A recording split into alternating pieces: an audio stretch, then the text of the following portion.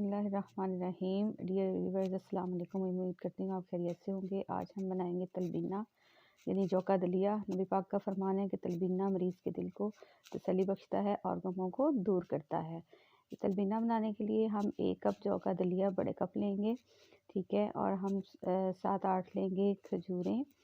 इसके साथ साथ हम 3 अदद छोटी इलायची का इस्तेमाल करेंगे और कोकोनट लेंगे हम हस्बे ज़रूरत। इसके अलावा हम एक बड़ा मग है जो वो दूध का इस्तेमाल करेंगे और दलिया गलाने के लिए 2 बड़े कप गिलास जो कि जिस साइज़ का हमने जिस 1 गिलास का दलिया लिया था पानी लेंगे और एक छेद दो छोटा गिलास लेंगे। पानी जो आइए अब है वो रेसिपी स्टार्ट इसमें करते हैं। देगची के अंदर रख के फ्लेम ऑन कर दिया है, ठीक है। अब इसमें इसको मैं ढक दूंगी। तो जैसे ही पानी में बॉयल आएगा तो हम इसमें जो ओट सीरियल्स हैं वो ऐड करेंगे। जौ का दलिया हम इसके अंदर फिर ऐड करेंगे। जी व्यूअर्स, देखें पानी में बॉयल आ चुका है। अब इसके अंदर मैं जौ का दलिया ऐड करने लगी हूँ। ये जो 1 गिलास हमने जौ का दलिया लिया था, ये मीडियम साइज़ का गिलास था, ठीक है। इसको साथ ही मैं मिलाऊंगी। अब इस स्टेज पे मैं साथ ही इसकी छोटी इलायची शामिल कर दूंगी ताकि इसका अरोमा जो है वो इसमें शामिल हो जाए।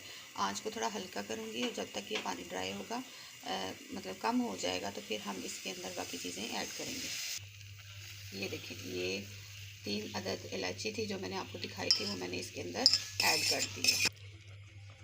जी व्यूअर्स, देखिए ये दलिया गल चुका है, ठीक है।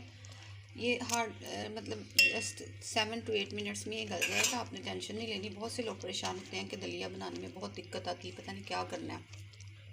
बिल्कुल सिंपल तरीका है, ठीक है। परेशान नहीं होना आपने। और इसके इस स्टेज पे आके आपने ये जो मैंने खजूरें आपको बताई थी इस तरह मैश कर लेनी है। खजूरें मैश करके आपने इसके अंदर इसको मिक्स करके अच्छे से इसको मिक्स कर लेना है, ठीक है। बेहतर है आप शुगर का इस्तेमाल ना करें, खजूरें ही डालें, क्योंकि ये फुल ऑफ न्यूट्रिशंस हैं और जो शुगर है वो सेहत के लिए अच्छी नहीं है। लेकिन फिर भी अगर इस्तेमाल करना चाहें तो इस स्टेज पे आपने 2-3 चम्मच चीनी ऐड कर देनी है। मैं इसमें चीनी ऐड नहीं कर रही क्योंकि मैंने इसमें खजूरें डाली हैं और ये मेरे ख्याल में काफ़ी अच्छा टेस्ट को कर देगी स्वीट। जी, तो अभी यही स्टेज है कि इसमें मैंने साथ वो जो मिल्क था वो ऐड कर दिया, ठीक है। अब मैं इसको पकाऊंगी दोबारा, जस्ट 4-5 मिनट के लिए पकाएंगे और ये फिर हमारा जो ओट्स का दलिया है वो रेडी हो जाएगा।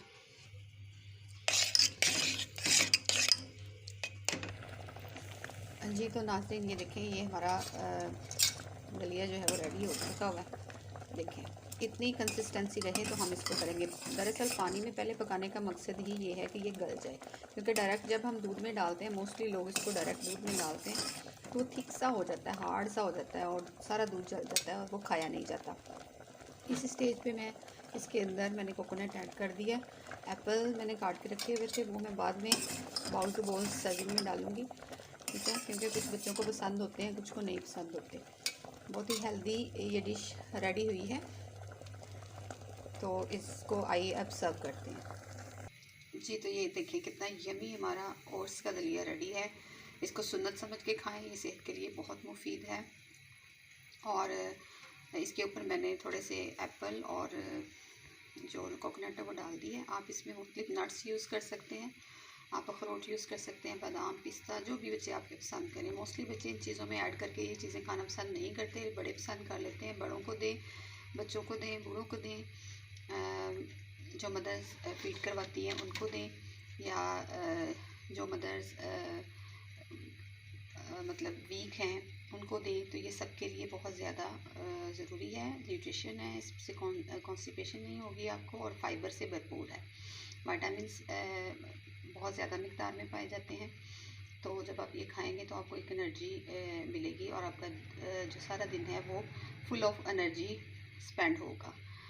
वीडियो अगर पसंद आए तो लाइक करें, शेयर करें और कमेंट करें। Thank you very much. अल्लाह हाफिज़।